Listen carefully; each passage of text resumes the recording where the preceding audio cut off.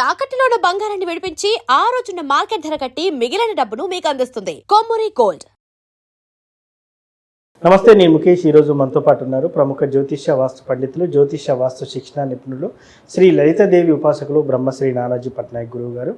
అదేవిధంగా జూన్ నెలలో 12 రాసుల వారికి ఎలా ఉండబోతుంది, 12 రాసుల వారికి మంచింత చెడంత, ఒకవేళ చెడున్న వారు ఎటువంటి రెమెడీలు చేసుకోవాలని గురువు గారిని అయితే అడిగి తెలుసుకుందాం. గురువు గారు నమస్కారం. ధనుస్సు రాశి వారికి జూన్ నెలలో ఎలాంటి ఫలితాలు ఉండబోతాయి గురువు గారు? వీళ్ళ రాశి నుంచి, అంటే వీళ్ళ లగ్నం నుంచి అనుకోండి, రాశి నుంచి అనుకోండి, అష్టమంలో గురువు యొక్క సంచారం జరుగుతుంది. ఆ గురువు జూన్ 2 నుంచి వస్తూ మీకు శుక్రుడు కూడా అష్టమంలో ఉండే గురువుని వచ్చి చేరుతున్నాడు. అదేవిధంగా బుధుడు అక్కడే ఉంటాడు, సప్తమంలో 23వ తేదీ వరకు ఉంటాడు ధనస్సు వారికి. 3లో రాహువు, 4లో శని, పంచమంలో కుజుడు. ఆ కుజుడు 21వ తేదీకి మారిపోతున్నాడు మళ్ళీ 6వ భావంలో. మరియు అదేవిధంగా భాగ్యస్థానంలో కేతు. అయితే ఈ యొక్క గ్రహస్థితిని అనుసరించి వీరికి ఎలా ఉండబోతుంది, ఏ దేవతారాధన చేయాలి, ఎటువంటి విషయాల పట్ల జాగ్రత్త వహించాలి, దేశకాల పరిస్థితులు ఏమిటి అనేటువంటి అంశాలు చెప్తుంది నేనైనప్పటికీ చెప్పిస్తుంది సాక్షాత్ లలిత అమ్మవారిగా భావిస్తూ ఈ ధనస్సు రాశి వారికి అమ్మవారి అనుగ్రహం పరిపూర్ణంగా కలగాలని మనస్ఫూర్తి కోరుకుంటూ, ఇక్కడ ఎప్పుడైతే మకరం వారికి 2వ స్థానంలో, అంటే అష్టమంలో గురు వెళ్ళిపోయాడు కదా, గురుబలం లేదనుకుంటారు. అలా కాదు, ధనభావానికి ఉంటుంది, గృహభావానికి ఉంటుంది, అండ్ ఇన్వెస్ట్మెంట్స్ బాగుంటుంది చెప్పాలంటే ధనస్సు వారికి గురువు యొక్క స్థితి. అందుకని వీళ్ళు గురుబలం ఇన్వెస్ట్మెంట్కి ఉంది కాబట్టి ఇన్వెస్ట్మెంట్ చేసినప్పుడు ఒకసారి గురుగ్రహాన్ని మనసులో తలుచుకొని లేదా దక్షిణామూర్తి స్తోత్రం చదువుకొని చేసినట్లయితే ఇన్వెస్ట్మెంట్స్ ఇంకా బాగా కలిసి వస్తాయి. కాకపోతే ఎట్టి పరిస్థితుల్లో 1వ తేదీ మాత్రం ఎటువంటి ఇన్వెస్ట్మెంట్స్ చేయొద్దు. 7, 8 తేదీలు ఎటువంటి అగ్రిమెంట్స్ రాసుకోవద్దు. 9, 10 తేదీలు పర్టికులర్గా చూసుకుంటే వాహనము, గృహము ఇటువంటి విషయాల్లో కొంచెం జాగ్రత్తగా ఉండాలి. కాకపోతే ఈ నెల ఏంటంటే వీళ్ళకి కొంచెం గురువు దృష్టి 4వ భావంలో ఉండే శని మీద పడుతుంది కాబట్టి ఎప్పటి నుంచో బ్యాక్లాగ్స్ మిగిలిపోయినవి కంటిన్యూ చేయడము, అలాగే గృహము, వాహన సంబంధించిన గతంలో ఆగిపోయిన కాస్త ముందుకు కదలడం అనేటువంటి ధనస్సు వారికి ఉంటుంది చెప్పాలంటే. అయితే వీరికి పంచమంలో కుజుడు ఉన్నాడు కాబట్టి కొంచెం స్నేహితులతో కానివ్వండి, సంతానంతో కానివ్వండి తెలియని కొంత ఘర్షణ వాతావరణం అయితే చూపిస్తుంది. కొంచెం ఘర్షణ వాతావరణం, వాళ్ళ సెటిల్మెంట్స్ కూడా అవుతాయి చెప్పాలంటే ఈ టైంలో. అయితే ఈ కుజుడు 21వ తేదీ వరకు 5లో ఉంటాడు, 21వ తేదీ నుంచి 6లోకి వెళ్ళిపోతాడు. దీనివల్ల ఏంటంటే కాంపిటీషన్ వాటిలో గెలుస్తారు వీళ్ళు చెప్పాలంటే ఈ ధనస్సు వారు. ఇక వీరికి పర్టికులర్గా చూసుకున్నట్లయితే అష్టమ స్థానంలో మీకు గురువు, శుక్రుడు ఉన్నందుకు ఏంటంటే పర్టికులర్గా ఇక్కడ ఈ ధనస్సు వారికి శుక్రుడు 6వ అధిపతి 8లోకి వెళ్ళడం మంచిదే. ఇన్సూరెన్సెస్ మూలంగా కొంత డబ్బు కూడా వస్తుంది, ఫైనాన్షియల్ గ్రోత్ కూడా పెరగదని కాదు. అయితే వీళ్ళు ఎక్కువగా చేయవలసింది ఏంటంటే భాగ్యభావంలో కేతు ఉన్నందుకు మీకు దగ్గరలో టెంపుల్స్కి వెళ్ళగలిగితే గణపతి ఆలయాలకు వెళ్ళాలి, నరసింహస్వామి ఆలయాలకు వెళ్తుండాలి. మరియు ఈ యొక్క కేతు భాగ్యభావంలో ఉన్నందుకు కొంచెం బ్యాంక్ ట్రాన్సాక్షన్స్ చేసే విషయంలో ఎవరికైనా బ్యాంకింగ్ మనం ఒక చిన్న నెంబర్ తప్పు కొడితే వేరే వాళ్ళకి వెళ్ళిపోతుంది. అలా బ్యాంక్ ట్రాన్సాక్షన్స్ విషయంలో అనేది కొద్దిగా జాగ్రత్తగా ఉండాలి అనేటువంటి చూపిస్తుంది. వీళ్ళెంత నరసింహస్వామి ఆరాధన చేస్తూ ఉన్నంత బాగుంటుంది. కెరీర్ పరంగా కూడా కెరీర్ గ్రోత్ కూడా ఉంది చెప్పాలంటే ఇప్పుడు వీరికి.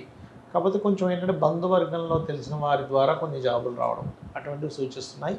వీళ్ళు ఎక్కువ నరసింహస్వామి యొక్క కరావలంబ స్తోత్రం చదువుకోవడం ఉత్తమం.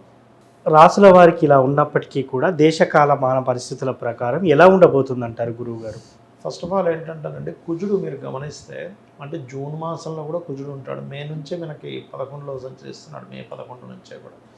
కాబట్టి దీనివల్ల ఏంటంటే ఎండ ఎక్కువగా ఉంటుందండి. వద్దన్నా మళ్ళీ మనం అంతా చల్లారిపోయింది అనుకునేది కాస్త మళ్ళీ యుద్ధం పెరగడము, వైరస్లు రావడము, గురువు కర్కాటక రాశిలోకి సంచరిస్తున్నందుకు. అందుకని నీరు తాగే వాళ్ళు కాస్త కాల్చల్లార్చిన నీళ్ళు తాగడం మంచిది. అండ్ అదేవిధంగా కొన్ని ఎలా అంటే జల ప్రళయాలు అంటూ ఉంటారు, అటువంటివి కూడా కొంచెం చూస్తారు. ఈ జూన్ 2వ తేదీ నుంచి ఎప్పుడైతే కర్కాటకంలోకి వస్తున్నారు ఎప్పటి వరకు అది ఒక 5-6 మంత్స్ ఎక్కువ ఉంటుందండి. 1 ఇయర్ ఉంటుంది పూర్తిగా. అదేవిధంగా ఈ ధరలు పిచ్చి పిచ్చిగా పెరగడం, తగ్గడము, కొన్ని చమురు ఇట్లాంటివి లోటు రావడం లాంటివి చూపిస్తున్నాయి. అయితే నేను చెప్పేది ఏంటంటే ఇక్కడ వీళ్ళ రాశి నుంచి, అంటే ఇప్పుడు చూడండి మామూలుగా అయితే మే ఎండింగ్ అయిపోయిన ఎండ అయిపోద్ది. అవును. కానీ ఈసారి ఏమవుతుందంటే జూన్లో కూడా ఎండ, వాన 2 పెరుగుతాయి. ఓకే. ఒక పక్క వర్షము వస్తుంది, ఒక పక్క మళ్ళీ విపరీతమైన ఎండలు వస్తూ ఉంటాయి. అంటే ఈసారి ఎక్కువ కాలం ఎండాకాలం ఉంటుంది చెప్పాలంటే. ఓకే. అయితే మనం ఈ గోచార ఫలితాలు చెప్పుకున్నాం కదా, ఈ గోచార ఫలితాలతో పాటు ఎప్పుడూ కూడా వీళ్ళ పర్సనల్ చార్ట్లో పూర్వజన్మ కర్మని ఇచ్చే గ్రహం ఏంటో పట్టుకోగలగాలి. అది పర్టికులర్గా మనకి ఒక్కొక్క లగ్నానికి ఒక్కొక్కరు ఉంటారండి. మేషం వాళ్ళకి బుధుడు శని, సో బుధ శనులకి ఎక్కువ దానాలు ఇస్తుండాలి, అంటే నువ్వులు మినుములు మన పెసలు.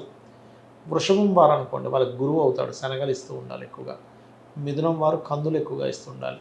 అండ్ కర్కాటక రాశి వారు ఎక్కువగా వీళ్ళు ఇవ్వవలసింది ఏంటంటే బొబ్బర్లు ఎక్కువగా ఇస్తూ ఉండాలి. సింహం వారికేమో నువ్వులు పెసలు. కన్యవారికి పర్టికులర్గా బియ్యం ఎక్కువగా దానం ఇస్తూ ఉండాలి కన్యవారు. తులారాశి వారు కనుక చూసుకుంటే, అంటే తులారాశి వారికి ఏంటంటే సింహంలో కేతు ఉన్నాడు కదా, అందుకని వీళ్ళు ఎక్కువగా ఉలవలు గోధుమలు శనగలు ఇస్తే మంచిది. ఎందుకంటే లాభస్థానాన్ని ఆపుతుంది తులారాశి వారికి సింహంలో ఉండే కేతువు వల్ల. ఇంకోటి వృశ్చికం వారికి కనుక చూసుకుంటే పర్టికులర్గా ఇక్కడ వీళ్ళు పెసలు ఇవ్వడం చాలా మంచిది, మంచి ఫలితాలు వస్తుంటాయి. అండ్ ధనస్సు వారు పూర్వజన్మ కర్మను తగ్గించుకోవాలి అని అనుకుంటే కనుక బొబ్బర్లు ఎక్కువగా దానం ఇవ్వాలి, అలసందలు అంటారు వాటిని. మకరం వారు కందులను ఇవ్వాలి, మరియు కుంభం వారు కాస్త బియ్యము దానంగా ఇస్తే మంచిది, బియ్యము శనగలు కూడా దానం ఇస్తే మంచిది. మీనం వారికి ఎలాగో ఇప్పుడు ఏలినాటి జన్మరాశిలో ఉన్నది కాబట్టి కాస్త వీళ్ళు గోధుమలు ఉలవలు నువ్వులు దానం ఇస్తే చాలా మంచిది వీరికి. అంటే ఈ పూర్వజన్మ కర్మ అనేటువంటి తగ్గుతుంది. దాంతోపాటు ఎవరెవరికి ఏ లగ్నం వారికి ఎవరు పంచమాధిపతి అవుతారో ఆ దేవత సంబంధించినటువంటి చాంటింగ్ చేసుకోవడం మంచిది. అయితే ఇక్కడ ఏంటంటే వాళ్ళకు ఉండే సమస్యను బట్టి లలిత సహస్రనామాల్లో ఉండే ఒక్కొక్క నామాన్ని చాంటింగ్ చేసుకుంటే కూడా మంచిది చెప్పాలంటే. అంటే ఒక్కొక్కరికి ఒక్కొక్క సమస్య ఉంటుంది కదండి. ఇప్పుడు కొంతమందికి ఉద్యోగం ఉండదు, అలాంటి వారు కాస్త ఓం మాణిక్యం ఒకటాకార జానద్వై విరాజితాయన వివాహం అవ్వట్లేదు, అలాంటప్పుడు ఓం కామేశబద్ధ మాంగళ్య సూత్ర శోభిత కందర, లేదంటే వివాహం అయిందండి కానీ మేము ఇద్దరి మధ్య సఖ్యత లేదు, ఓం శివకామేశ్వరాంగస్థ శివాస్వాధీన వల్లభాయ, ఇలా చేసుకున్నట్లయితే వీరికి అన్ని విధాలా కూడా బాగుంటుంది.